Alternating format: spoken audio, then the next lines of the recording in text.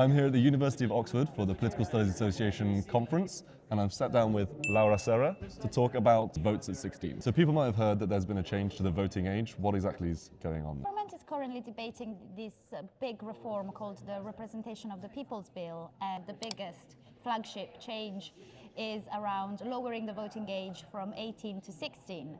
Now that's already the case for some elections in Scotland and Wales, but essentially the point of the reform is to extend it to all Westminster elections. So this will be a big change for a lot of young people who can have their first voting experience earlier in life. What do we know from your research about young people's first experience of voting? The research that we have done at the Electoral Psychology Observatory at the LSE shows that even though there is high anticipation around the first voting experience, when young voters actually go to the polls for the first time, they have this sense of being underwhelmed. They don't find it as exciting as they thought it was going to be. They don't really feel like they're part of democracy. They see it as just ticking a box.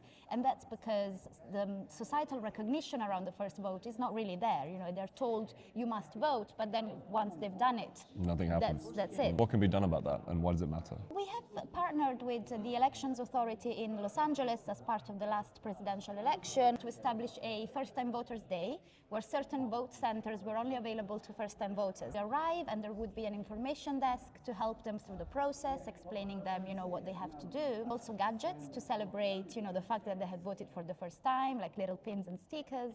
And then we interviewed them after, and they were like overwhelmingly happy with how they had experienced it. They felt like they were part of society, part of the democratic process. They were more likely to vote again in the future when compared to the first-time voters that didn't experience this initiative. What's something that people can read to find out more about your research on young people's voting? I have recently published a paper in the journal Electoral Studies that tests various ways of framing policies in the way that it's youth-friendly and the impact that this has on the voting behavior of these voters.